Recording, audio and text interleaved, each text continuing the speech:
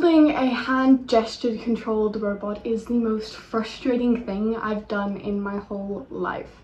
But with persistence and the grace of God, after 2 months, it finally ended up working. Hi, I'm Shelley, and I wrote a detailed step-by-step logical article for you to follow if you'd like to build your own hand gestured controlled robots.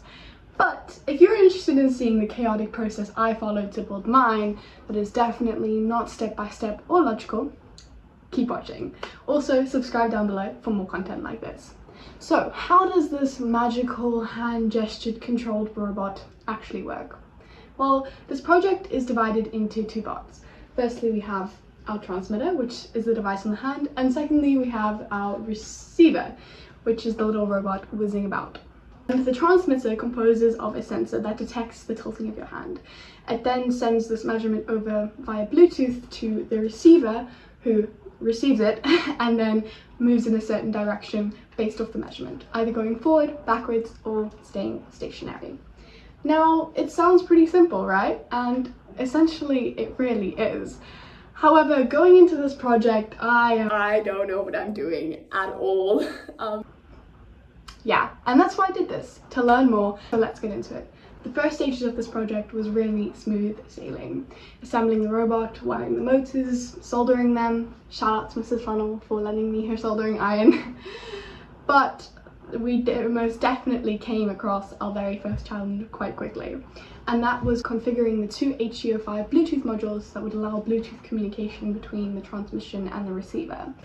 Okay, so the past 3 days straight, I've just been working on configuring my HC05 Bluetooth modules. Like, I've at least put over 10 hours into it. I don't know why it didn't want to work. Now, the thing about this is that there's just so many different ways to do it. I'm sure there's over 1,000 tutorials online, and I think I watched every single one of them to find that one method that worked for me. So this is the wiring I used for the HC05 configuration. To pair these two HC05s is slightly more complicated than just connecting your phone to your Bluetooth headphones, and you're going to have to enter something called AT command mode, where you are able to configure a master device, which is the transmitter, and a slave device, which is the receiver in this case. Once you've uploaded the AT command code, which you can find in my GitHub, which I'll link down below, you're going to want to open your serial ports and type in all these AT commands for your slave device, your receiver, and then after that, type in all these AT commands for your master device, your transmitter. The indication of success is a slow synchronous blink between the 2 HC05s, showing that they have paired. When I tell you I nearly cried tears of joy when I saw this blink, guys, it was such a good day. It just worked. What? Like, what? I don't think you understand how happy I am, because you're... The next challenge was calibrating the MPU 6050. Now, the MPU 6050 is what I used to get the tilting from the transmitter, and this is the wiring I used for it. However, I couldn't even test if my code for the MPU 6050 was working because nothing uploaded to my Arduino Nano. I kept getting this AVR dude error, which left me wondering, who is AVR dude? What does he have against me? And I am so tempted right now to throw this robot at the wall. After doing, again, a lot of research, I found out that I basically bought a fake Arduino Nano. So then I bought another one, you know. That one was also fake. So hashtag I got scammed twice.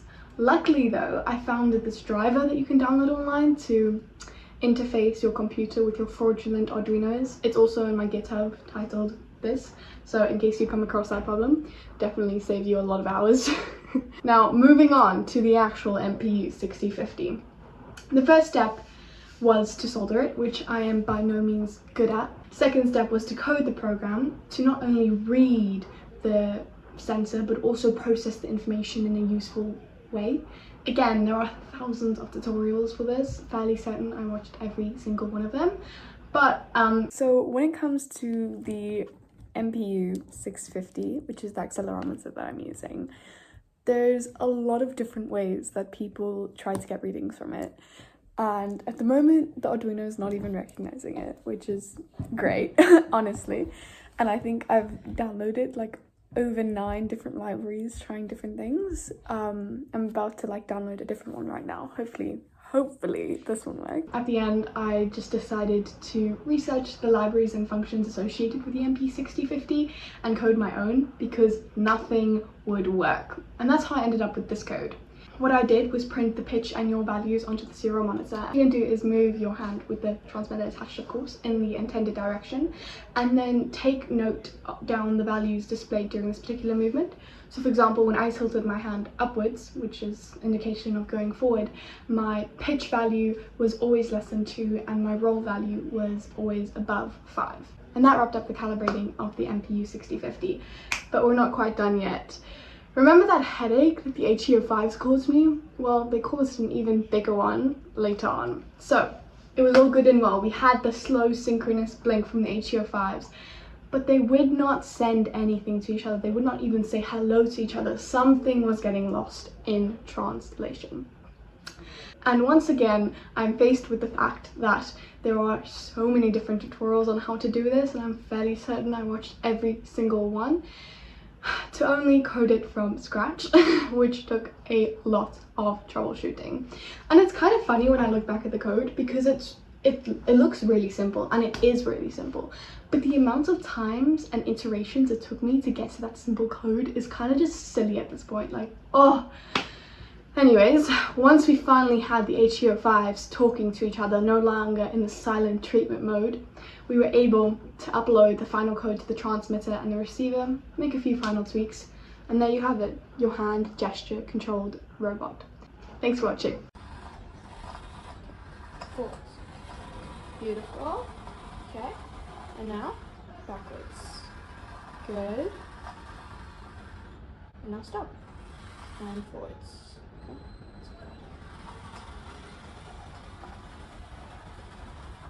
And stop, and backwards.